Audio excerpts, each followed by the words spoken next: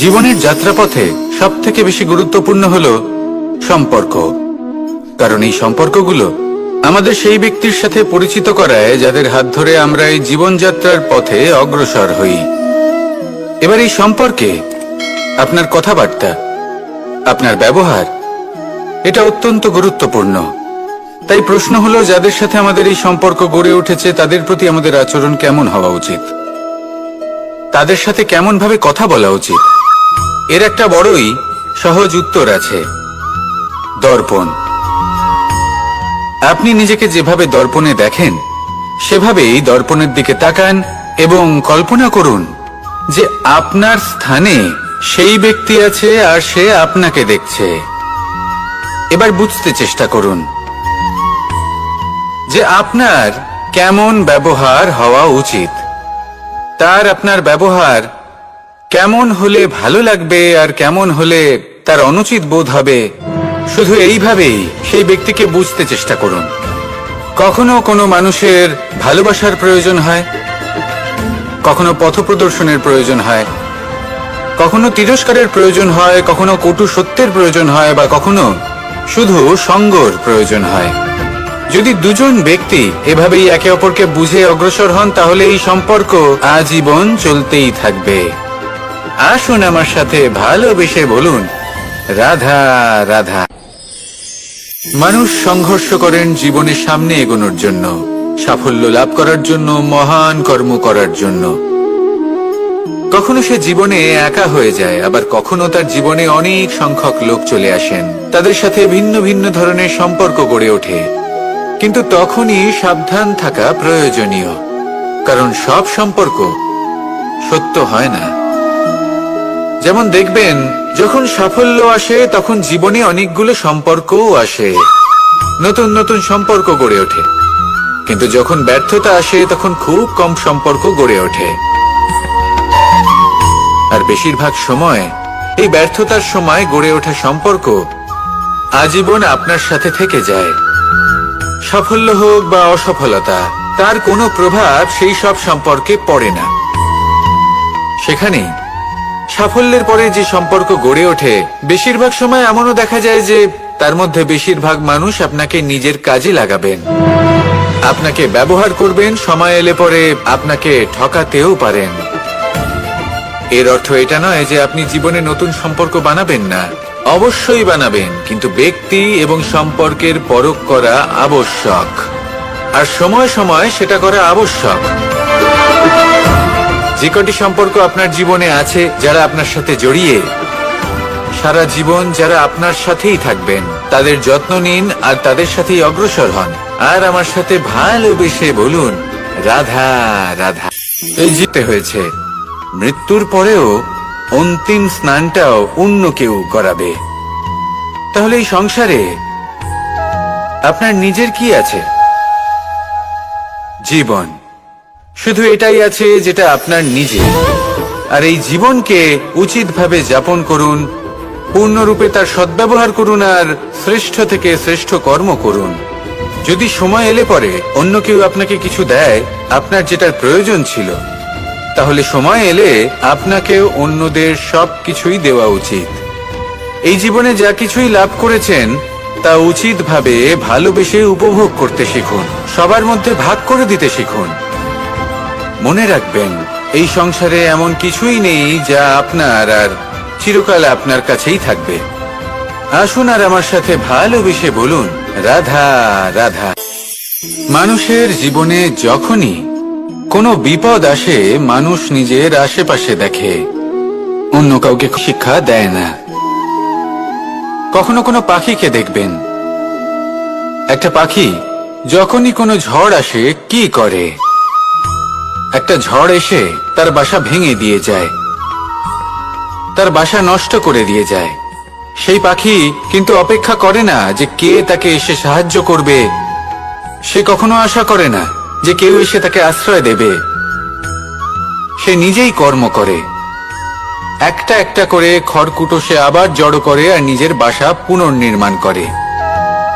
প্রকৃতি আমাদের এটাই শেখায় যে আমরা নিজেরাই প্রত্যেকটা সমস্যার সম্মুখীন হতে পারি।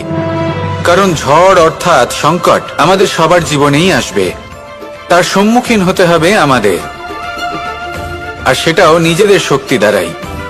তার সম্মুখীন হওয়ার সময় নিজেদের সংযত করে রাখতে হবে, আর তার জন্য নিজের ওপর বিশ্বাস রাখা আবশ্যক। আর এই কথাটা বোঝাও আবশ্যক যে যত বড়ই সংকট আসুক না কেন, তার সাথে লড়াই করার মতো যে শক্তি প্রয়োজন, সেই শক্তি আমাদের মনেই নিহিত। শুধু সেই শক্তি খুঁজে নিন আর সেই বিপদের সম্মুখীন হন। এই সংসারের কোনো বিপদ আপনাকে বাধা দিতে পারবে না।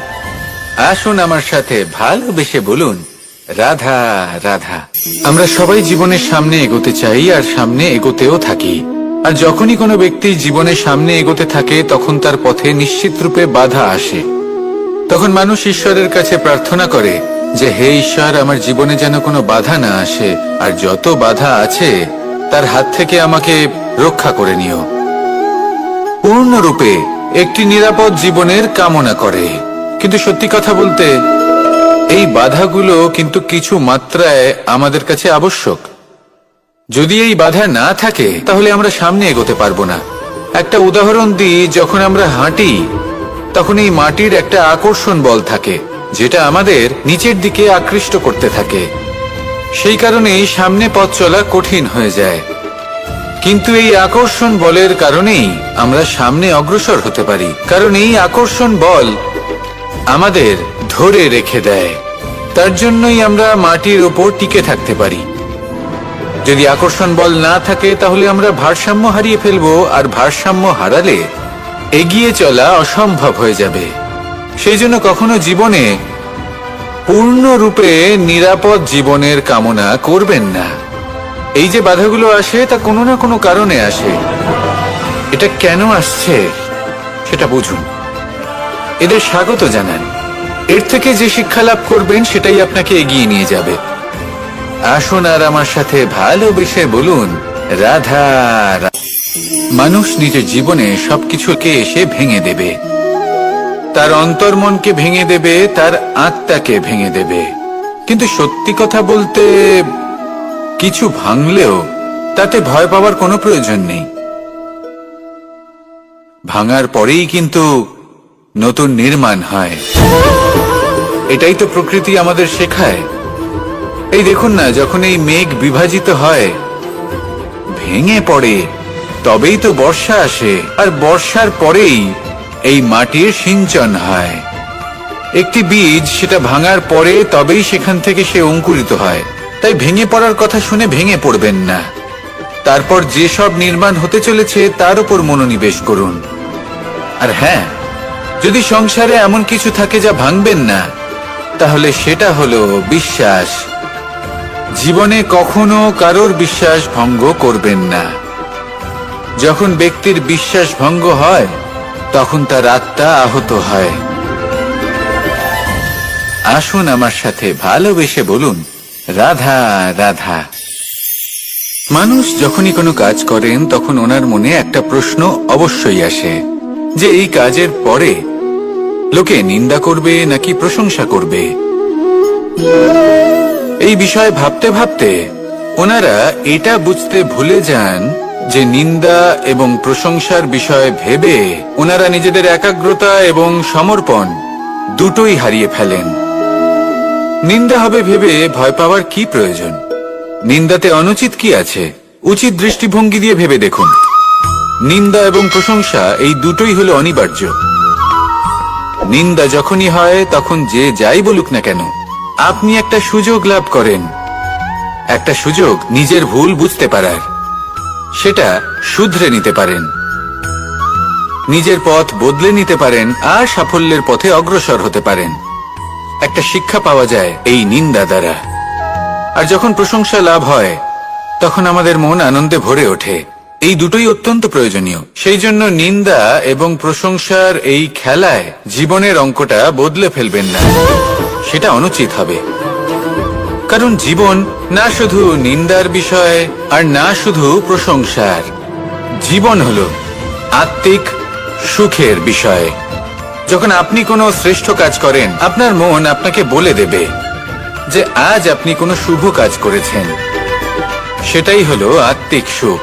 এটাই হলো জীবন। তাই নিন্দার মাধ্যমে যে দুঃখ জীবনে আসে বা ফেলে আসা অতীতের জন্য আপনার জীবনে যে দুঃখ আসে, সেগুলো ভাবা বন্ধ করে দিন আর কর্ম করুন, এই বর্তমানের জন্য, আগামী ভবিষ্যতের জন্য। আসুন আমার সাথে ভালোবেসে বলুন রাধা। তাহলে মহাভারতের সেই যুদ্ধে জয়লাভ করে সমস্ত ভূমণ্ডলের স্বামী কি করে হয়ে উঠতেন? অর্থাৎ হতে পারে সিংহ বনের রাজা, কিন্তু শিকার নিজে পায়ে হেঁটে তার কাছে আসে না। সেই ভোজন লাভ করার জন্য সিংহকে কর্ম করতেই হয়। তাহলে আপনার ভাগ্যে যেটা আছে সেটা আসবে, কিন্তু কর্মের জোরে আসবে। তাই কর্ম করতে থাকুন আর আমার সাথে ভালোবেসে বলুন রাধা। আমি কোনো অনুচিত কিছু করেছি, আর এই যে ভ্রম, সেটা আস্তে আস্তে আপনার মনকে ব্যাকুল করে তুলবে। আর এই ব্যাকুল মন আস্তে আস্তে আপনার যুক্তি তর্কের ক্ষমতাকে নাশ করে দেবে। তর্ক বিতর্কের শক্তি অর্থাৎ বিবেক। আর যখন আপনি নিজের বিবেক হারাবেন, তখন এমন মনে হবে যেন আপনি নিজের জীবন নষ্ট করেছেন। এর অর্থ এটা নয় যে জীবনে কামনা করবেন না, ইচ্ছে পোষণ করবেন না। অবশ্যই ইচ্ছে পোষণ করুন, আর যা কিছু লাভ করতে চান তা অর্জন করুন, কিন্তু তার প্রতি মনে লোভ জন্মাতে দেবেন না। সেটা অনুচিত ব্যাপার। একবার যদি লোভ জাগ্রত হয়, তাহলে সেটা আপনাকে আপনার পতনের দিকে নিয়ে যাবে। তাহলে লোভকে নিজের থেকে দূরে রাখুন, ক্রোধও আপনার থেকে দূরে থাকবে। আসুন আমার সাথে ভালোবেসে বলুন রাধা রাধা। এবার এরকমটা কেন হয়, এর পেছনে নয়, কোনো অনুচিত কর্ম করবেন না ধন অর্জন করার জন্য। আর যদি ঈশ্বরকে ধন্যবাদ জানাতে চান, তাহলে প্রীতি দ্বারা করুন। আর যে ব্যক্তি রীতি, নীতি আর প্রীতি, এই তিনটি ভাব বুঝে উঠতে পারে এবং তা আত্মসাৎ করে নিতে পারে, তার অতীত, ভবিষ্যৎ এবং বর্তমানকাল সবকিছু সংযত হয়। আপনি কিভাবে জীবনযাপন করতে চান, কিভাবে ধন অর্জন করতে চান, ঈশ্বরকে ধন্যবাদ জানাতে চান, নির্বাচন আপনার। আসুন আমার সাথে ভালোবেসে বলুন রাধা রাধা। ভয় হলো মানুষের জীবনে এমন একটি আবেগ, যেমন মৃত্যুর পর আমরা স্বর্গ লাভ করব নাকি নরক বাস করব, সেই বিচারটা ভয় হিসেবে মানুষের মনে ঘর করতে থাকে। আর এই ভয়ের বিষয়ে মানুষ এতটাই ভাবে যে নিজের জীবনের লক্ষ্য, উদ্দেশ্য, রীতি এই সব কিছুর বিষয়ে ভুলে যায়। দেখতে গেলে মৃত্যুর পরে কি হবে সেটা আমাদের মধ্যে কেউ জানে না। সেটা তো মৃত্যুর পরেই আমরা জানতে পারবো। কিন্তু এই মৃত্যু পর্যন্ত নিজের জীবনের সারথি হলেন আপনি নিজেই, তাই না?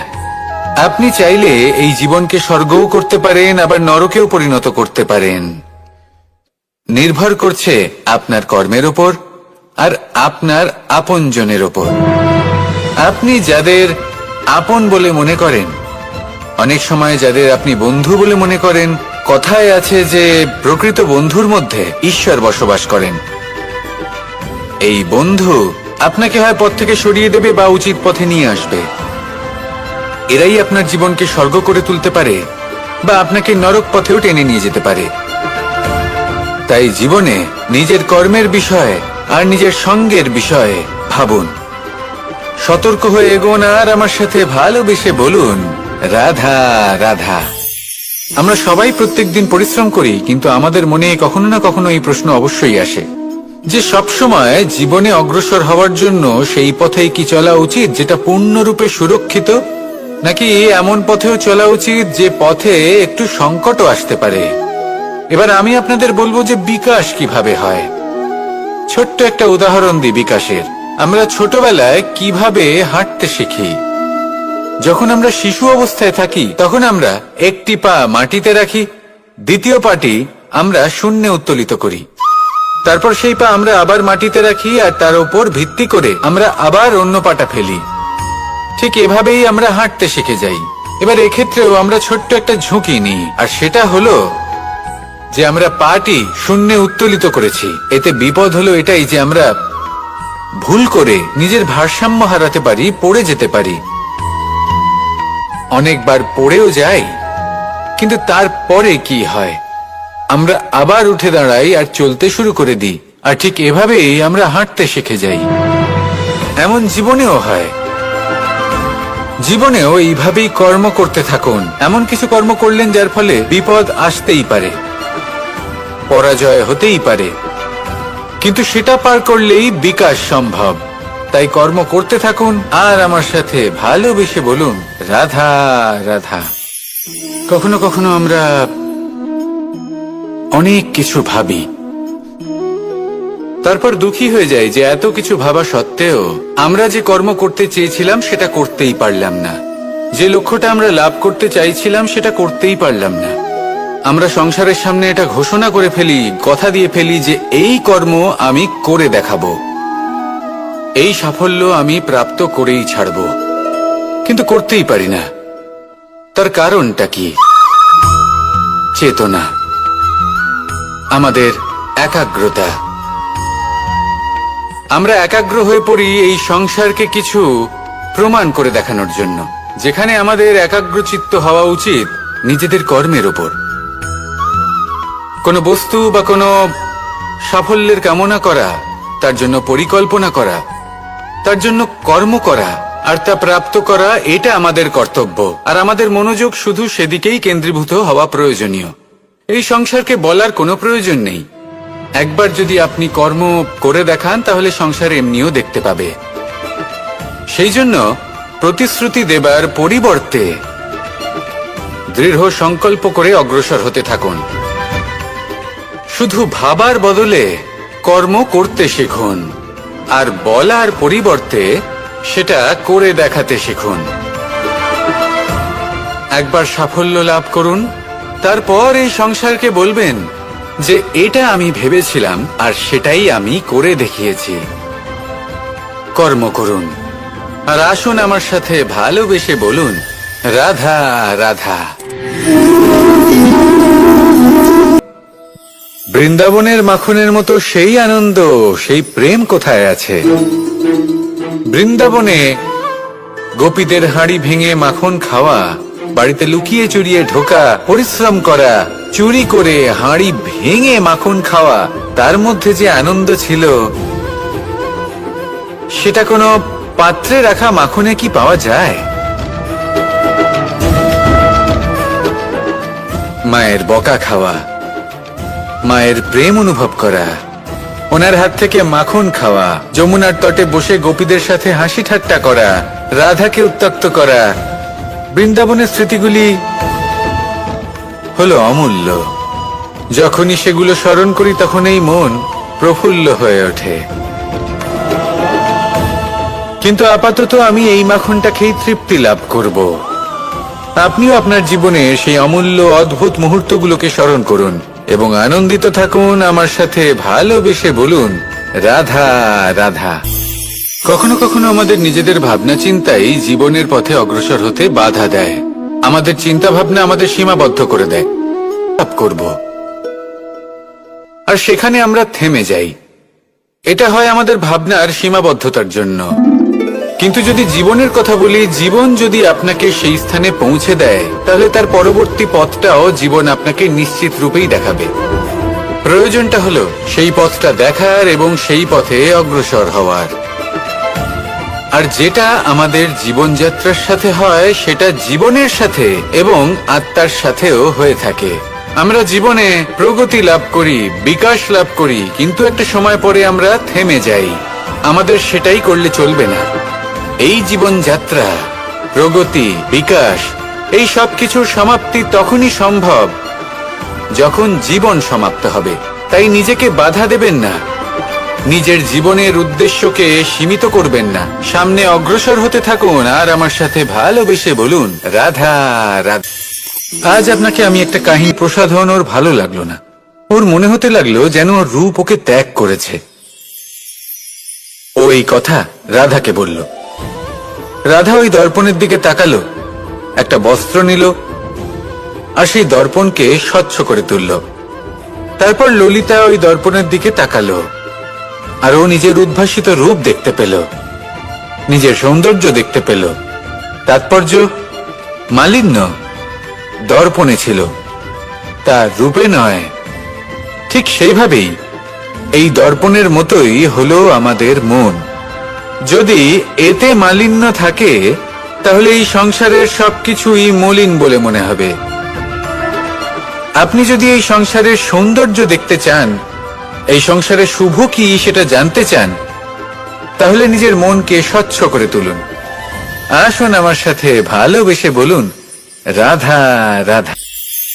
এটা কোনো এক সময়ের ঘটনা। তাকেই মনে করা হতো, সব প্রশংসা ওই পাতাকেই করা হতো, যেখানে চোখের আড়ালে থাকা সেই জল মাটির নিচে থেকে নিঃস্বার্থভাবে নিজের কাজ করে যেত, সেই বৃক্ষকে শক্তি প্রদান করত। কয়েকদিন পরে সেই পাতার অহংকার হতে শুরু করলো। সে ভাবতে শুরু করলো যে আমিই হলাম এই জলের অস্তিত্ব, আমি আছি সেই কারণেই এই জলের কথা স্মরণ করা হয়। আর কিছুদিন পরে সেই বৃক্ষ সেই জল শোষণ করা বন্ধ করে দিল এবং সর্বপ্রথম মৃত্যু হলো সেই পাতার। সেই পাতা যা আকাশকে স্পর্শ করছিল তা ঝরে মাটিতে পড়ে গেল। আর প্রত্যেক ব্যক্তি তার ওপর দিয়ে হেঁটে চলে যেত, তাকে দেখে আর কেউ প্রশংসা করত না। সেই জন্য জীবনে কখনো অহংকার করবেন না, বিশেষ করে তাদের কখনো অহংকার প্রদর্শন করবেন না যাদের কারণে আপনি সাফল্য লাভ করেছেন, যারা আপনার জীবনের আধার। চিরকাল তাদের প্রতি কৃতজ্ঞ থাকুন, তাদের সাথে সম্পর্ক বজায় রাখুন, তাদের সাহায্য করুন, আর আমার সাথে ভালোবেসে বলুন, রাধা রাধা। উপস্থিতি রেখেছেন যাতে সেই চাল ডাল সময়ের সাথে সাথে খারাপ হয়ে যায়। উচিত সময় যদি গ্রহণ না করেন তাহলে সমস্ত সবজি নষ্ট হয়ে যাবে। যেমন আমাদের এই মনুষ্য শরীর, তা সে যতই সুন্দর হোক না কেন, মৃত্যুর পরে এই শরীরে পচন ধরে, যাতে এই শরীর থেকে দুর্গন্ধ বেরোয়। এমনটা প্রকৃতি কেন করেছে? যাতে আমরা যত শীঘ্র সম্ভব সেই দেহের অন্ত্যেষ্টিক্রিয়া করতে পারি, তাকে বিদায় জানাতে পারি, আর তাকে পঞ্চমহাভূতে বিলীন হতে দিতে পারি। প্রকৃতি যেটা করছে সেটা অনুচিত নয়। প্রকৃতি এই কারণে এমন করে যাতে আমরা কর্মবন্ধনে আবদ্ধ থাকি, মোহরবন্ধনে নয়। যেমন ধরুন এই শস্য, ধরুন আপনি চেষ্টা করছেন এই শস্য পেতে এবং আপনার জীবনে সেই শস্য আপনি লাভ করছেন অত্যাধিক মাত্রায়, তাহলে তা ভোগ করুন আর বাকি শস্যটা সবার মধ্যে ভাগ করে দিন, যাতে অন্যেরও পেট ভরে তাতে।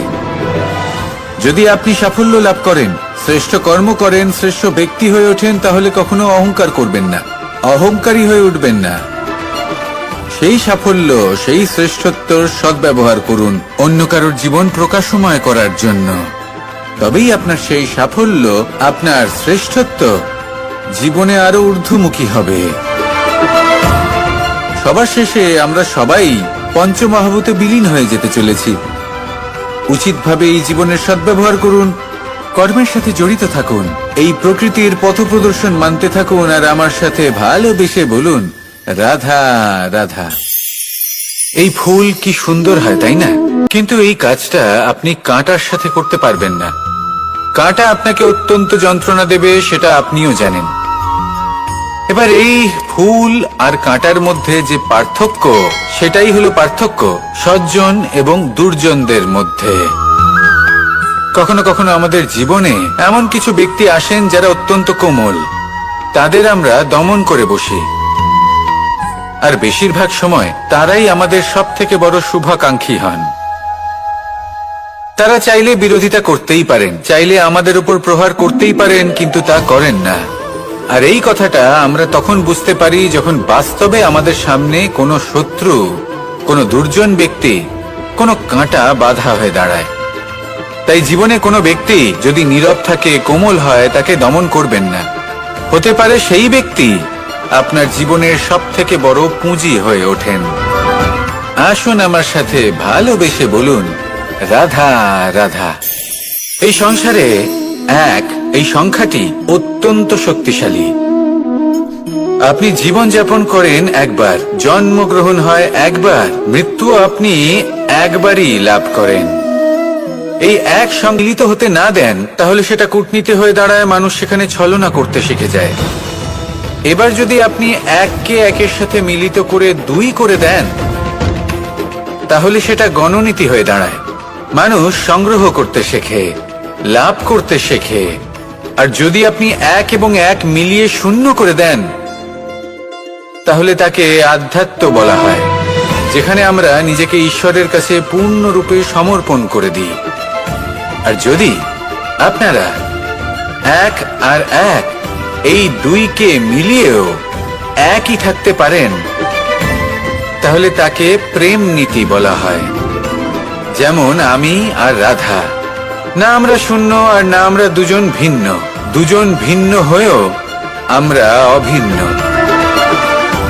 এর দ্বারা জীবনের অর্থ বুঝতে পারা যায়। তাই এই অর্থ বুঝতে শিখুন। এই মন প্রসন্ন হয়ে বলবে, রাধা রাধা। বনস্পতি ফলনের জন্য আমাদের কিসের প্রয়োজন পড়ে?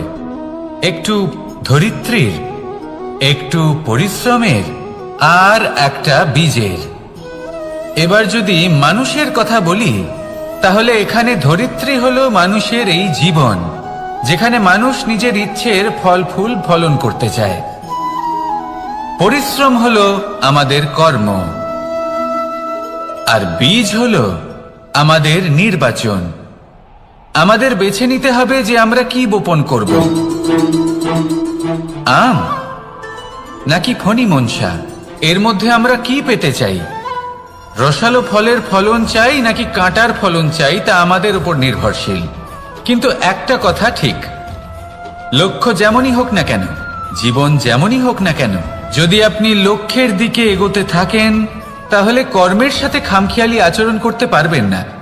যদি আপনি এমন করেন, তাহলে এটা আপনাকে একটা অনুচিত লক্ষ্যে পৌঁছে দেবে, সেটা কিন্তু নিশ্চিত। সবসময় এটা মনে রাখবেন, কর্মের সাথে খামখেয়ালি হবেন, অর্থাৎ কর্মফলও আপনার সাথে খামখেয়ালি হবে। তাহলে নিষ্ঠার সাথে কর্ম করতে থাকুন আর নিজের লক্ষ্যকে প্রাপ্ত করুন। আর আমার সাথে ভালোবেসে বলুন, রাধা রাধা। অগ্নি চতুর্থ তত্ত্ব, সব থেকে বেশি গুরুত্বপূর্ণ, কিন্তু তার থেকেও বেশি ভয়াবহ। কখনো অগ্নিকে নিয়ন্ত্রিত রূপে উনুনে জ্বলতে দেখেছেন? এই অগ্নি আমাদের খাবার বানাতে সাহায্য করে, যা আমাদের শক্তি প্রদান করে। কিন্তু এই অগ্নি যখন বিচলিত হয়ে, অনিয়ন্ত্রিত হয়ে কোন বনের আগুন হয়ে ওঠে, তখন মহা বিনাশ ঘটে যায়। আপনারই অন্তরের ঊর্জা হলো এই অগ্নি।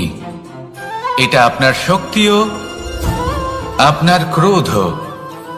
একে ব্যবহার কিভাবে করবেন তা আপনারই হাতে। যদি কোনো ব্যক্তি নিজের অন্তরের এই ঊর্জাকে ব্যবহার করেন শক্তির রূপে, তাহলে সে বিকাশ ঘটাতে পারে, নির্মাণ ঘটাতে পারে। কিন্তু যদি কোনো ব্যক্তি তার অন্তরের ঊর্জাকে বিধ্বংসী অস্ত্র বানিয়ে ফেলেন, তাহলে নিশ্চিত রূপে মহা বিনাশ ঘটতে পারে, যাতে বিনাশ তারও অবশ্যই হবে। অনেক বছর পূর্বে এমনই এক আগুনের দ্বারা এই সুন্দর পৃথিবীর নির্মাণ হয়েছিল। আর অনেক বছর পূর্বে এমন এক আগুনেই সমস্ত জীব এবং সংসার বিলুপ্ত হয়ে গেছিল। এবার আপনি আপনার অন্তরের ঊর্জা দ্বারা বিনাশ ঘটাতে চান নাকি নির্মাণ ঘটাতে চান, সেই সিদ্ধান্ত আপনারই। আসুন আমার সাথে ভালোবেসে বলুন, রাধা রাধা। কখনো কখনো এমন হয়, আমরা আমাদের বাড়ির উঠোনে বীজ বপন করি, আর তা বিকশিত হয় একটা সুন্দর বৃক্ষে। তার শাখাগুলি প্রতিবেশীর বাড়ি পর্যন্ত পৌঁছয়। ফলের বর্ষণ প্রতিবেশীর বাড়িতেও হয়ে থাকে। আর আমরা ভাবি গাছ আমরা উৎপন্ন করব আর ফল খাবেন আপনারা। এই কেমন কথা হলো? আপনাকে এই কথা বুঝতে হবে যে এসব হলো ভৌতিক বস্তু, সাংসারিক বস্তু। কখনো নিজের বাড়ির বাগানে ভালোবাসার গাছ বপন করে দেখুন। তার শাখাও প্রতিবেশীর বাড়ি পর্যন্ত পৌঁছবে, ফলের বর্ষণ সেখানেও হবে। কিন্তু সেই ফল চাইতে আপনাকে যেতে হবে না, সেই ফল দ্বিগুণ মাত্রায় আবার আপনার কাছেই ফিরে আসবে। তাই নিজের বাড়িতে আর নিজের মনে ভালোবাসার গাছ উৎপন্ন করুন। এই জীবন প্রসন্ন হয়ে বলবে, রাধা রাধা। অ দিয়ে অন্ত, আ দিয়ে আরম্ভ, এই দুইয়েরই রাশি সমান। যদি আপনি মন দিয়ে দেখেন তবে দেখবেন এদের সম্পর্ক খুবই নিবিড়। কিভাবে? যখন কোনো কিছু শুরু হয় এটা নিশ্চিত হয়ে যায় যে তা সমাপ্তও হবে। আরম্ভই যদি না হয় তা সমাপ্তও হবে না। যা আরম্ভ হয়েছে তার সমাপ্তি হলো অবশ্যম্ভাবী। এটাই হলো প্রকৃতির নিয়ম, একে এড়ানো যায় না। এবার এই কথা আমরা সকলে জানি। এবার মানুষ কি ভাবে যে সমাপ্তির পরে কি হতে পারে, এর উত্তর তাদের কাছে নেই। তাদের উচিত অন্য কোনো বিষয় ভাবা যা বেশি গুরুত্বপূর্ণ। এবার মানুষ এটা জানে না যে মৃত্যুর পরে কি হতে পারে, কিন্তু এই কথা অবশ্যই জানে যে জন্ম থেকে মৃত্যু পর্যন্ত এই সময়, যাকে আমরা জীবন বলে থাকি, এই সময় আমরা কর্ম করতে পারি। এই কথা তো আমরা জানি। তাহলে এমন কি কর্ম করা যেতে পারে যা আমাদের সমাপ্তির পরও আমাদের প্রাসঙ্গিক করে রাখতে পারে, এই বিষয়ে ভাবা উচিত। যে জন্মগ্রহণ করেছে তার মৃত্যু হবেই, এটা সাধারণ বিষয়। কিন্তু ইতিহাস আজও সেই সকল মানুষজনকে স্মরণ করেন যাদের এই সংসার তাদের মৃত্যু নয়, বরং তাদের জীবনকালে যে কর্ম তারা করেছেন তার দ্বারা মনে রাখেন। সেই কর্মের কারণে এই সংসারে তাদের নাম, তাদের কর্ম, তাদের ব্যক্তিত্ব, তাদের কীর্তি অমর হয়ে থাকে এবং থাকবে। আপনার কাছে এতটা সময় নেই যতটা আপনার মনে হচ্ছে আপনার কাছে আছে। সেই জন্য যত শীঘ্র সম্ভব শ্রেষ্ঠ কর্ম করুন, যতটা পারবেন ততটা অধিক সুকর্ম করুন। এই সংসারে নিজেকে অমর করে তুলুন আপনার মৃত্যুর পরেও। আর আমার সাথে ভালোবেসে বলুন, রাধা রাধা। উমাই কি, আমি কখন থেকে এখানে অপেক্ষা করছি, হাত পেতে দাঁড়িয়ে রয়েছি যাতে একটা ফল আমার হাতে এসে পড়ে এবং সেটা আমি খেতে পারি। কখন থেকে অপেক্ষা করছি, কিন্তু সেটা হচ্ছেই না। এবার আপনি বলবেন যে এসব কি বলছি, এ কি অদ্ভুত কথা বলছি। যদি ফল খেতে হয় তাহলে আমাকে বৃক্ষে চড়তে হবে, ফলের কাছে পৌঁছতে হবে, তবেই তো ফল পাবো। এবারে এটা অত্যন্ত সহজ ব্যাপার, কিন্তু এই বিষয়টা আপনি নিজের জীবনের প্রসঙ্গে ভেবে দেখুন। লক্ষ্য কোথায় আছে আপনি জানেন, সেই লক্ষ্যে পৌঁছানোর পথ কি সেটাও আপনি জানেন, সেই পথে চলার ক্ষমতাও আপনার রয়েছে, কিন্তু তাও আপনি নিজের লক্ষ্য লাভ করতে পারছেন না। কেন? কারণ আপনি অপেক্ষা করছেন যে লক্ষ্য আপনার সামনে চলে আসবে, কিন্তু তা হয় না। লক্ষ্য সে যাই হোক না কেন, ধন হোক, প্রেম হোক, কোনো সম্মান হোক বা মোক্ষ হোক, যদি আপনি তার দিকে অগ্রসর না হন তাহলে ফল প্রাপ্তি অসম্ভব ব্যাপার, তা কোনোদিনই হবে না। সেই জন্য আপনার চোখের সামনে আপনি যদি নিজের লক্ষ্যকে দেখতে পান তাহলে উঠুন এবং সেই দিকে অগ্রসর হতে শুরু করুন। নিজের অন্তরের সকল অশুভ গুণ দূর করুন, অলসতা ত্যাগ করুন, অজ্ঞানতা ত্যাগ করে দিন এবং চলতে থাকুন। অবশ্যই মনোবাঞ্ছিত ফল লাভ করতে পারবেন। মনে রাখবেন, চলতে থাকলে তবেই লক্ষ্য প্রাপ্তি হবে। অপেক্ষার দ্বারা শুধুমাত্র মৃত্যু লাভ হবে। আসুন আমার সাথে ভালোবেসে বলুন, রাধা রাধা। পাখি কখন জন্ম নেয়, কখন উড়তে শেখে, কখন বাসা বানাতে শেখে, কখন নিজের মৃত্যু লাভ করে, এসব আমাদের মধ্যে কেউ জানি না। কিন্তু পাখি একটা কথা খুব ভালো করে জানে, যে এই সংসারে ও যা কিছুই করুক না কেন, এই সংসারে ওকে নিয়ে কিচ্ছু যায় আসে না। এবার আমরা কি করি? কোনো কাজ করার আগে আমরা এটা ভাবি যে এই সংসার যদি আমাকে দেখে ফেলে তাহলে কে জানে এই সংসার কি ভাববে, আমার প্রতিচ্ছবি কেমন তৈরি হবে কে জানে, কে জানে কি হবে আদি ইত্যাদি। এই সব ভাবনায় আমরা মগ্ন হয়ে যাই। কিছুটা এমন ভাবে মগ্ন হই যে বর্তমানের কর্মের এই জীবনের যাত্রাপথে সেই সময়ের আনন্দ উপভোগ করতে ভুলে যাই। এবার দেখুন একটা পাখি কি করে, ওর কর্ম হলো গান গেয়ে চলা। ওই পাখি গেয়ে চলে, কেউ ওর গান শুনুক বা না শুনুক, কেউ আদৌ শুনছে কিনা সেই বিষয়টা নিয়ে সেই পাখির কিছুই যায় আসে না। সেই পাখি নিজের কর্ম করতে থাকে। হয়তো সেই জন্যই আপনি কখনো কোনো পাখিকে কাঁদতে দেখবেন না। এরকমই আপনাকে নিজেকে গড়ে তুলতে হবে। প্রথমে নিজেকে জিজ্ঞেস করুন, এই যে কর্ম আমি করতে চলেছি সেটা কি উচিত? যদি আপনার মনে হয় সেটা উচিত, তাহলে সেটা প্রমাণ করুন। এটা ভাববেন না যে এই সংসার কি ভাববে। আসুন আর আমার সাথে ভালোবেসে বলুন, রাধা।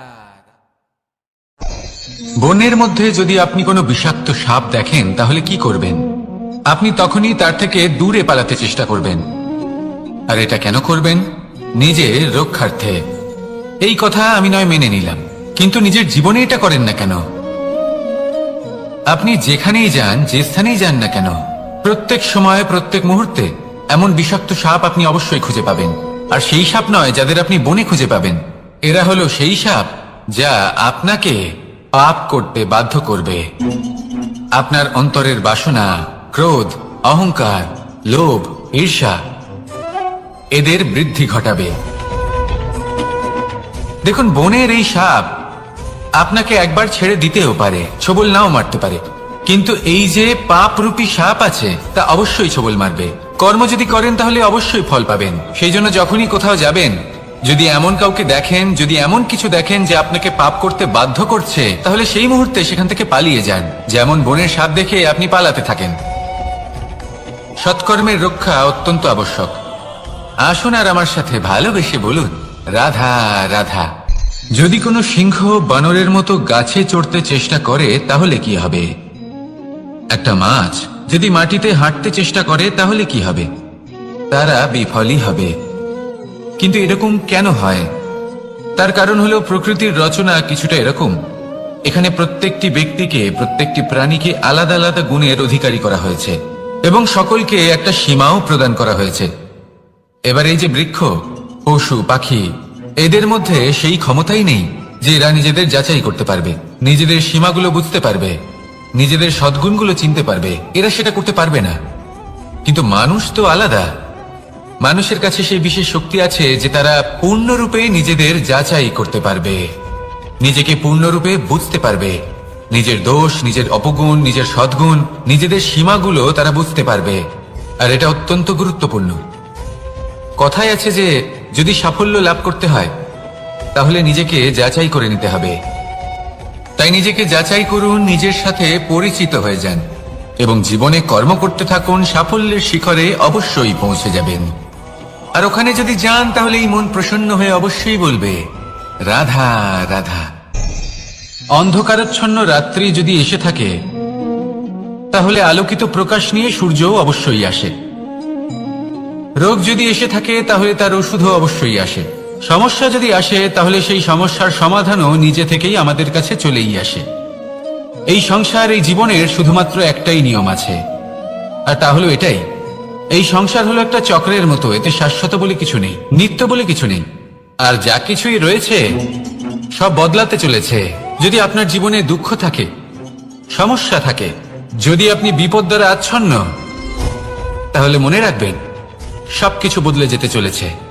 দুঃখের সময় কাঁদবেন না, মনকে আরো দুঃখী করে তুলবেন না, কারণ এখানে যা কিছুই এসেছে তা যাওয়ার জন্যই এসেছে। তাহলে এত চিন্তা কিসের? আনন্দ সহকারে জীবন যাপন করুন আর আমার সাথে ভালোবেসে বলুন, রাধা রাধা। রাত্রিবেলায় যখন আলোকিত জোনাকিদের দেখেন তখন মন প্রসন্ন হয়ে ওঠে। এদের দেখতে খুবই সুন্দর লাগে। আর এমন ঠিক কেন হয়? প্রথম হলো এটাই যে রাতের বেলায় চতুর্দিক অন্ধকারাচ্ছন্ন থাকে। এমত অবস্থায় যদি আমরা কোথাও একটু প্রকাশ দেখি তাহলে সেটাই আশার কিরণের ন্যায় মনে হয়। সেই প্রকাশই আমাদের মন প্রসন্ন করে তোলে। আর সেই জন্য যে সকল মানুষ রাতের বেলায় কোনো জোনাকি দেখতে পান তারা প্রসন্ন হয়ে যান। এবার কখনো কখনো জীবনে আমাদের মনে হয় যে চতুর্দিকে শুধুমাত্র অন্ধকারই হয়ে আছে। প্রত্যেকেরই তা কখনো মনে হয়। আর তখনই আমাদের নিরাশ হলে চলবে না, আমাদের দুঃখী হলে চলবে না। সেই সময় আমাদের খুঁজতে হবে নিজেদের আশেপাশে, চতুর্দিকে, আর কোথাও না কোথাও আমরা প্রকাশ অবশ্যই দেখতে পাবো, আশার একটা কিরণ অবশ্যই দেখতে পাবো। কেউ এমন একটা কর্ম করেন যেটা দেখে আমরা প্রেরিত হয়ে যাই। আর এমন কোনো কর্ম যদি আপনারা করেন তাহলে সেই কর্ম আপনার মনকে প্রসন্ন ভাব, আনন্দ এবং ভালোবাসা দ্বারা ভরিয়ে তুলবে। আপনার অন্তরে সেই অন্ধকারের অন্ত করবে, দুঃখেরও অন্ত করবে। আর এই মন প্রসন্ন ভাব নিয়ে বলবে, রাধা রাধা। মনুষ্য জীবনের সবথেকে বেশি গুরুত্বপূর্ণ বিষয় হল মনের একাগ্রতা। এই সংসারের যে কটি মহান কার্য সম্পাদন হয়েছে তা হল মনের এই একাগ্রতার একমাত্র ফল। আপনি অবশ্যই দেখে থাকবেন, অনেক ছোট বড় নদী যা বয়ে চলে তাদের সামনে একটা বাঁধ নির্মাণ করা হয় সেই সব নদীর জল সঞ্চয় করতে। বাঁধ হয়ে গেলে প্রয়োজন মতো বা মনের ইচ্ছে মতো তাকে ব্যবহার করা সম্ভব। এবার এটাই আমাদের মনের সাথেও সম্ভব। আমাদের মনের একাগ্রতা আজকের দিনে দাঁড়িয়ে বিভিন্ন ধরনের বিকার, ক্রীড়া এবং ভোগের মধ্যে ভাগ হয়ে গেছে। একে একত্রিত করতে হবে, একটা বাঁধ নির্মাণ করতে হবে, কর্মের বাঁধ।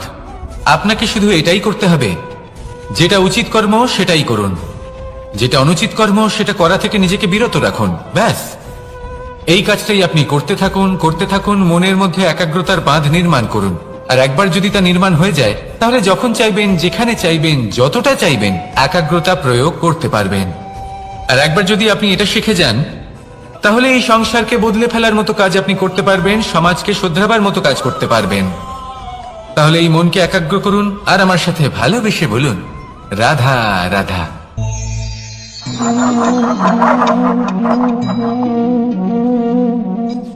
কোন ব্যক্তিকে নিশ্চয়ই দেখেছেন যিনি নিজে কাঠ কাটার এই কাজে নিপুণ এবং অভিজ্ঞ। এবার আপনারা দেখবেন যে তার মনোযোগ সমস্ত কাঠের ওপর থাকে না, তার মনোযোগ থাকে শুধুমাত্র একটা কাঠের ছোট্ট একটি অংশের ওপর, যেখান থেকে তার টুকরো করা হচ্ছে। কিন্তু সেটা উনি কেন করেন?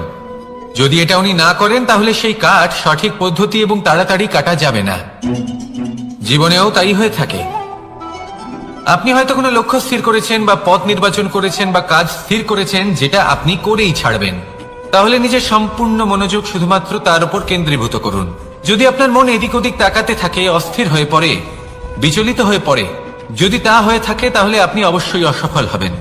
তাই কর্মঠ থাকুন, নিরন্তর কর্ম করতে থাকুন এবং পূর্ণ মনোযোগ দিয়ে নিজের কাজ করুন। নিজের পথে অগ্রসর হন বা নিজের লক্ষ্য প্রাপ্ত করতে চেষ্টা করুন। তারপর দেখুন কি হয়, কিভাবে উচিত পথে এবং তীব্র গতিতে আপনার লক্ষ্য আপনার কাছেই পৌঁছে যায়। আর আপনার এই মন প্রসন্ন হয়ে বলে, রাধা রাধা। কখনো কোনো নদীকে দেখেছেন? একই আকার, একই স্থান, শুধু প্রবাহিত হতে থাকে। এর মধ্যে কখনো কোনো অপদ্রব্য ফেলে দেখুন, দেখবেন সেটা বেশিক্ষণ সেখানে থাকে না। সেটা নদীর সাথে বইতে থাকে আর বয়ে যেতে যেতে সাগরে সমাহিত হয়ে যায় আর শেষ পর্যন্ত সাগর সেটাকে তটে ফেলে দেয়। কিছুটা এমন হওয়া উচিত আমাদের বিচারধারাও। এক স্থানে তা স্থগিত হওয়া উচিত নয়, এটা সবসময় প্রবাহমান হওয়া উচিত। তবেই আমাদের চেতনা, আমাদের মূল্যবোধ এবং আমাদের স্মৃতি, এই তিনটি শ্রেষ্ঠ থাকবে। আর এটাই হলো পুকুর এবং নদীর মধ্যে পার্থক্য। নদীতে জল সবসময় বয়ে চলে, সেই জন্য পবিত্র থাকে, শুদ্ধ থাকে এবং পরিষ্কার থাকে। আর সেখানে এই পুকুরের তলদেশে সব জমা হতে থাকে আর সেই জন্য তা অপবিত্র হয়ে যায়। তাই সবসময় এই বিচারধারা প্রবাহমান রাখুন। যদি মনে কোনো ভাবনা চলে আসে, সেখানেই থেকে যায় এবং বিদ্যে থাকে, তাহলে তা বের করে দিন, তাকেও বয়ে যেতে দিন এবং তার যা উত্তর হবে তা সময়ের সাথে আপনার সামনেই চলে আসবে। শুধুই নদীর মতো প্রবাহমান হন আর আমার সাথে ভালোবেসে বলুন, রাধা রাধা। এই সংসারে সাফল্য লাভ করার জন্য জ্ঞানের প্রয়োজন হয়, পরিশ্রমের প্রয়োজন হয়, দৃঢ় নিষ্ঠার প্রয়োজন হয়, নিরন্তর চেষ্টা করা প্রয়োজনীয়। কিন্তু আরো কিছু আছে যা অত্যন্ত প্রয়োজনীয় এবং গুরুত্বপূর্ণ। তা হলো ভালো বন্ধু। তাদের থাকা অত্যন্ত প্রয়োজনীয়। যদি ভালো বন্ধু থাকে তাহলে সময় এলে তারা ঢাল হয়ে আপনাকে সুরক্ষা করবেন। সময় এলে অস্ত্রের মতো শত্রুকে সংহারও করবেন। যদি তিনি জ্ঞানী হন, তাদের মধ্যে সদ্গুণ থাকে, তাহলে এই সব গুণ আপনার মধ্যেও প্রবেশ করবে। তাহলে সাফল্যের জন্য ভালো বন্ধু পাওয়া অত্যন্ত প্রয়োজনীয়। কিন্তু শুধু বন্ধু কেন, ভালো শত্রুও থাকা প্রয়োজনীয়। এবার আপনি ভাববেন, এ আমি কি বললাম? যদি আপনার জীবনেও ভালো অর্থাৎ শক্তিশালী শত্রু থাকে তাহলে আপনিও শক্তিশালী হতে থাকবেন। এই শত্রু আপনাকে প্রেরিত করবে আরো বেশি শক্তিশালী হয়ে ওঠার। কখনো কোনো হরিণকে দেখুন, তীব্র গতিতে দৌড়তে থাকে। কেন তীব্র গতিতে দৌড়ে? এই কারণে নয় যে কোথাও তার জন্য মধুর ঘাস অপেক্ষা করে রয়েছে, না। সে এই কারণে তীব্র গতিতে দৌড়য় কারণ সেটা না করলে তার পেছনে একটি সিংহ আছে যে ওকে নিজের ভোজন করে ফেলবে। তাই জীবনে বিপদ, সংকট, এই সবকিছুও হলো অত্যন্ত গুরুত্বপূর্ণ। তার সম্মুখীন হতে শিখুন আর আমার সাথে ভালোবেসে বলুন, রাধা রাধা। আমরা সবাই ফল খাই, কিন্তু আমাদের সেই ফলই প্রিয় হয় যে পরিপক্ক হয়ে ওঠে, যেটা নম্র হয়, আর যে ফল অনেক বেশি মিষ্টি আর সুস্বাদু হয়ে থাকে, যাদের রঙে বাহার দেখা যায়। সেইভাবে জীবনে আমরা নানান মানুষের সাথে পরিচিত হই, কিন্তু সেই মানুষই আমাদের মন ছুঁয়ে যায় যারা বিনম্র স্বভাবের, যাদের বাণী খুব মধুর, যাদের অন্তরে আত্মবিশ্বাসের একটা তেজ, একটা রং দেখা যায়। এবার এমন ব্যক্তি আমরা কি করে হব? ঠিক সেইভাবেই যেমন একটা ফল রোদ, বর্ষা, শীত, বায়ু এই সকল সংকটময় পরিস্থিতির সম্মুখীন হয়ে পরিপক্ক হয়ে ওঠে, সেইভাবেই মানুষ সংকটময় পরিস্থিতির সম্মুখীন হয়ে পরিপক্ক হয়ে ওঠেন। যদি এই সংকটের সম্মুখীন হন তাহলে অভিজ্ঞ হবেন, আর এই অভিজ্ঞতাই শিক্ষা দিয়ে যাবে। এই অভিজ্ঞতা আমাদের শিখিয়ে দেয় যে আমাদের বিনম্র থাকতে হবে, অহংকার করে কোনো লাভ নেই। মধুর বাণীর যে কি মূল্য তা আমরা শিখতে পারি। এই অভিজ্ঞতাই আমাদের বুঝিয়ে দেয় যে উচিত অনুচিত কোনটা, আমাদের দৃষ্টিভঙ্গি তৈরি করে, আর এই দৃষ্টিভঙ্গি দ্বারা আত্মবিশ্বাস জাগ্রত হয়। সেই জন্য জীবনে কখনো বিপদ থেকে দূরে পালাবেন না, সেগুলোর সম্মুখীন হন, অভিজ্ঞতা লাভ করুন, তার থেকে শিক্ষা লাভ করুন, এইভাবেই পরিপক্ক হবেন। আসুন আমার সাথে ভালোবেসে বলুন, রাধা রাধা। ধন সঞ্চয় করা সম্ভব, আর সেই জন্য ধন সব থেকে বেশি মূল্যবান সম্পত্তি নয়। এবার আপনি বলবেন, আমি কি বলছি? এই ধন খুব মূল্যবান, আমরা সকলে অর্জন করতে ব্যস্ত। সেটা এই কারণে, কারণ আপনারা জানেন না এই সংসারের সব থেকে বেশি মূল্যবান সম্পত্তি কি। এ হলো সেই সম্পত্তি যা কখনো সঞ্চয় করা সম্ভব নয়। আপনার কাছে যতই ধন থাকুক তা দিয়ে আপনি স্বাস্থ্য লাভ করতে পারেন, বাড়ি কিনতে পারেন, আদি ইত্যাদি, কিন্তু আপনি যতই ধনী হন না কেন, ফেলে আসা দিনের একটা মুহূর্ত আপনি লাভ করতে পারবেন না। এই একটা মুহূর্ত, এই সময়, এটাই হলো সংসারের সব থেকে মূল্যবান সম্পত্তি। একবার চলে গেলে তা কখনোই ফিরে আসে না। আর এই মুহূর্ত যতই চলে যাক না কেন, আমরা স্মৃতির মাধ্যমে সেগুলি যাপন করতে পারি, তার আনন্দ উপভোগ করতে পারি, আর যার সাথে আমরা সময় অতিবাহিত করেছি তার স্মৃতিতে আমরা চিরকাল জীবিত থাকতে পারি।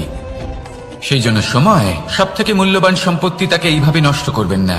প্রত্যেকটা মুহূর্ত উপভোগ করুন, আনন্দ করুন, আর ভালোবেসে বলুন, রাধা রাধা। কনক, কি সুন্দর একটা শব্দ। এর অনেকগুলো রূপ রয়েছে, অনেকগুলো অর্থও রয়েছে। প্রথম অর্থ হলো স্বর্ণ, অর্থাৎ সম্পত্তি। দ্বিতীয় অর্থ ধুতুরা, অর্থাৎ গাছের ছোট একটা বীজ, যা কিনা অত্যন্ত শক্তিশালী হয়। যদি বেশি মাত্রায় এর প্রয়োগ করা হয় তাহলে এটা বিষময় হয়ে উঠতে পারে। এই হলো সেই ধুতুরা যার প্রয়োগ মহাদেবের পুজোতে করা হয়। এবার প্রশ্ন হলো এটাই যে এই স্বর্ণ এবং এই ধুতুরার মধ্যে মিল কি রয়েছে? মিল হলো এটাই যে এই দুটোই মানুষকে মত্ত করে তোলে।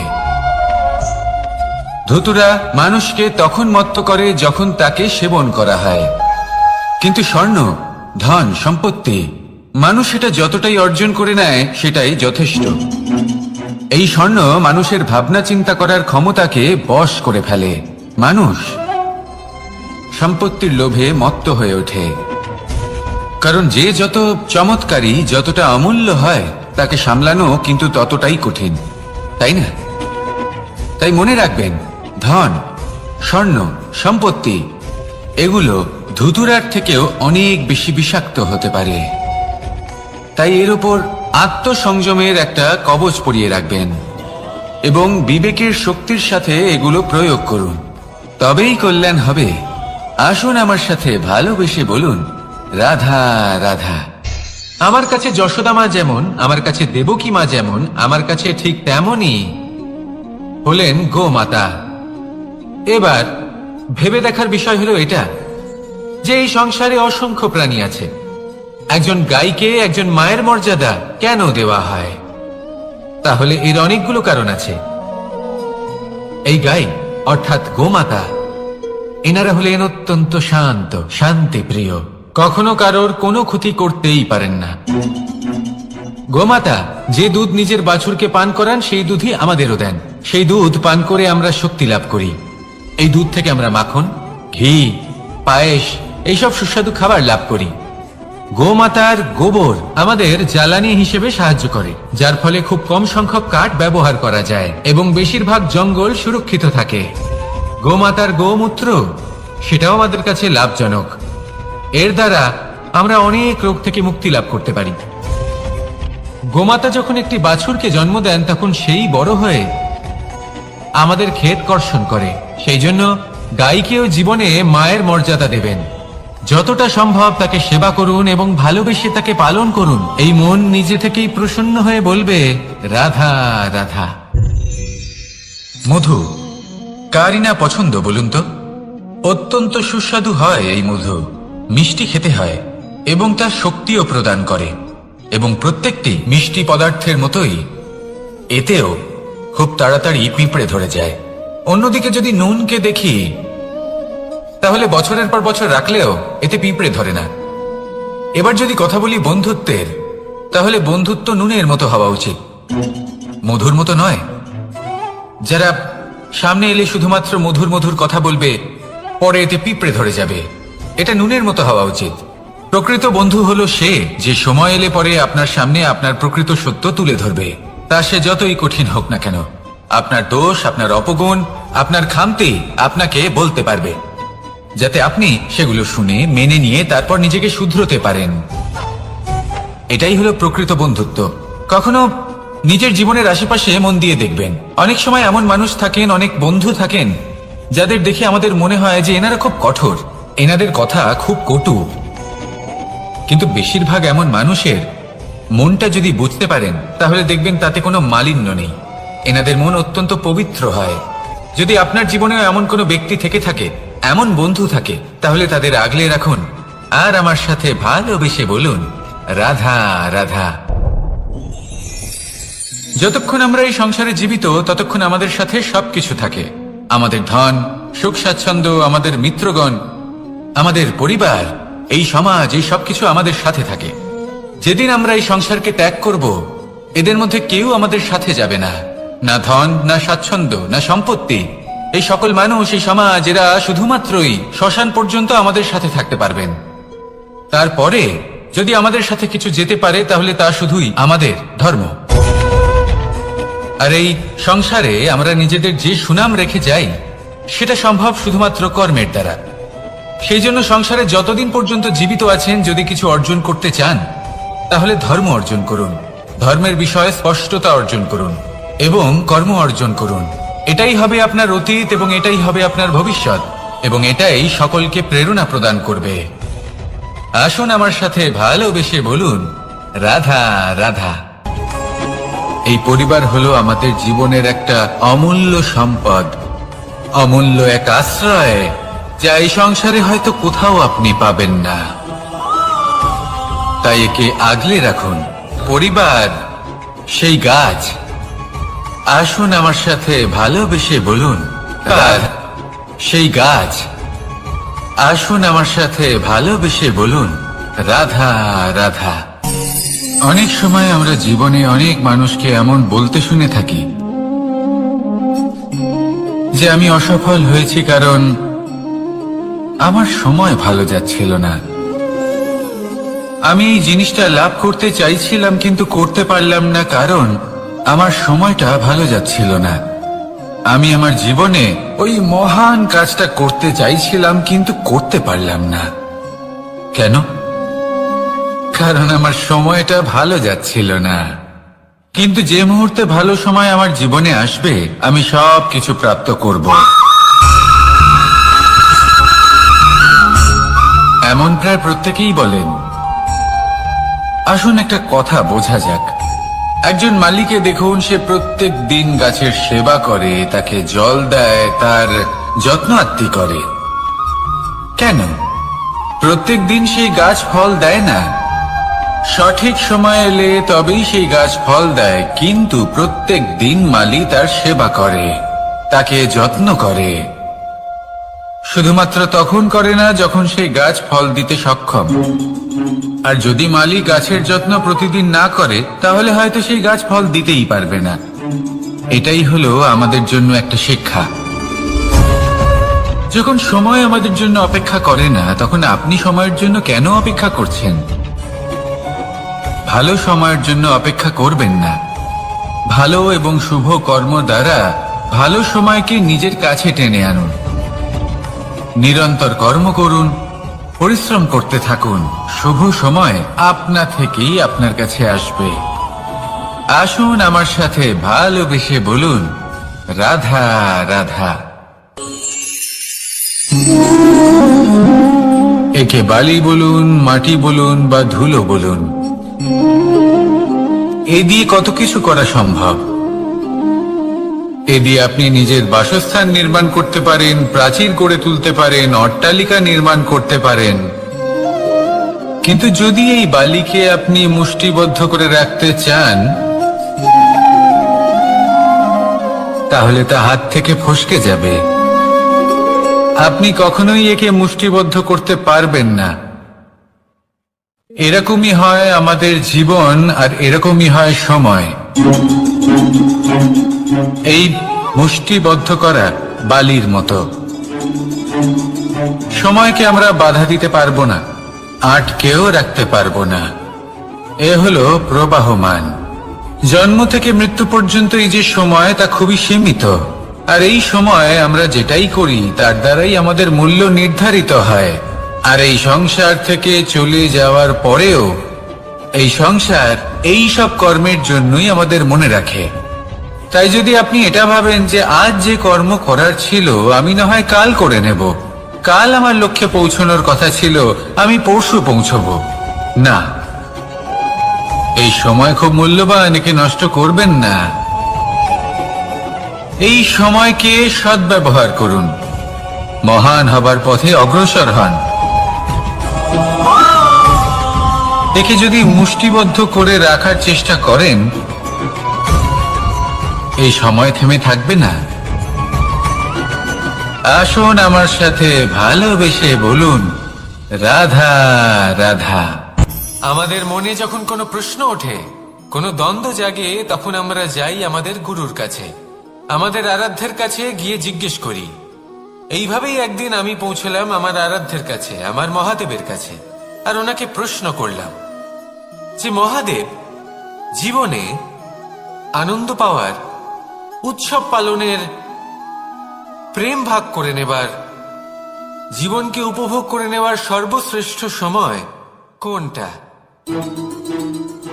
মহাদেব হাসলেন আর উনি বললেন, জীবনে উৎসব পালনের সব থেকে শ্রেষ্ঠ দিন হল মৃত্যুর ঠিক আগের দিনটা। প্রেম ভাগ করে নেওয়ার সব থেকে শ্রেষ্ঠ মুহূর্ত হল মৃত্যুর ঠিক আগের মুহূর্ত। জীবনকে উপভোগ করে নেওয়ার সর্বশ্রেষ্ঠ প্রহর হল মৃত্যুর এক প্রহর পূর্বে। তখন আমি চমকে গেলাম। আমি বললাম, কিন্তু মহাদেব, মৃত্যু তো অনিশ্চিত, আমরা জানিও না কবে আমাদের মৃত্যু হবে। মহাদেব আবার হাসলেন। উনি বললেন যে যদি আমরা এভাবে জীবন কাটাই যে আমরা জীবনের প্রত্যেক দিন, প্রত্যেক মুহূর্ত, প্রত্যেক প্রহর শেষ বলে মনে করি, তাহলে আমাদের সমস্ত জীবন আনন্দের সাথেই অতিবাহিত হবে। কি বলেন?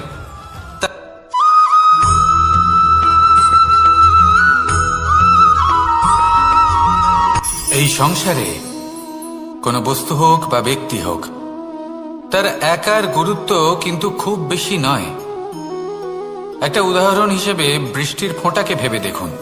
যদি একটি বৃষ্টির ফোঁটা হয় তাহলে তার খুব বেশি গুরুত্ব থাকে না, কিন্তু যখন সহস্র বৃষ্টির ফোঁটা মেঘের মধ্যে দিয়ে ঝরে পড়ে, তখন সেটা বর্ষার রূপ ধারণ করে। সেই বর্ষা যা এই প্রকৃতিকে শান্ত করে। সেইভাবেই পাথরের ছোট টুকরো, তার খুব বেশি গুরুত্ব থাকে না, কিন্তু যখন অসংখ্য পাথরের টুকরো একত্রিত হয় তখন তা পর্বতের আকার ধারণ করে। সেইভাবেই কিছু মানুষ যখন একত্রিত হন তখন তৈরি হয় পরিবার, কিছু পরিবার যখন একত্রিত হয় তখন তৈরি হয় সমাজ, যখন অনেক সংখ্যক সমাজ একত্রিত হয় তখন তৈরি হয় রাজ্য। এবার এই রাজ্যের সব থেকে গুরুত্বপূর্ণ ব্যক্তি হতে পারেন রাজা, কিন্তু তাও সেই রাজা একা কিছু করতে পারেন না। যুদ্ধ লড়ার সময় তারও নিজের সৈন্যদলকে প্রয়োজন পড়ে। কিন্তু এই সংসারে এমন একজন ব্যক্তি আছেন যিনি একাই সব কাজ করতে থাকেন, এবং সেই ব্যক্তি হলেন মা। আমাদের জীবনে একজন পিতার ভূমিকা কিন্তু নিঃসন্দেহে অমূল্য, কিন্তু আমাদের সকলের জীবনে যে ভূমিকা একজন মায়ের তা অন্য কারোর থাকে না। একজন মা একাই সন্তানকে বড় করতে পারেন, সংস্কারী করে তুলতে পারেন, তার জন্য পরিশ্রম করেন। আর এত কিছু কাজ করার পরেও তার কাজের জন্য তিনি প্রশংসা অবশ্য পান না। উল্টে যদি সেই সন্তান অনুচিত পথে চালিত হয়, অনুচিত কর্ম করে, তখন সেই মাকেই অপবাদের পাত্র হয়ে উঠতে হয়। আমাদের জীবনে মায়ের যোগদান কতটা সেটা বুঝুন। আপনাকে বড় করে তোলার জন্য উনি কতটা পরিশ্রম করেছেন সেটা বুঝুন। আজ থেকে, এখন থেকে, এই মুহূর্ত থেকে মাকে সম্মান করতে শিখুন। যখন সময় পাবেন, যখন সুযোগ হবে, তখন তার প্রশংসা করুন, ওনারও ভালো লাগবে। আর মায়ের এই মমতার জন্য, তার এই ভূমিকার জন্য আসুন সবাই মিলে আমরা তাকে প্রণাম করি, আর সকলে মিলে ভালোবেসে বলি, রাধা রাধা।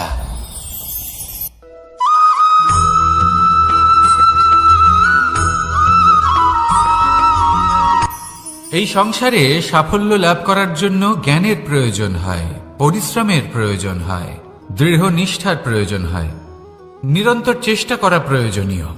কিন্তু আরো কিছু আছে যা অত্যন্ত প্রয়োজনীয় এবং গুরুত্বপূর্ণ। তা হল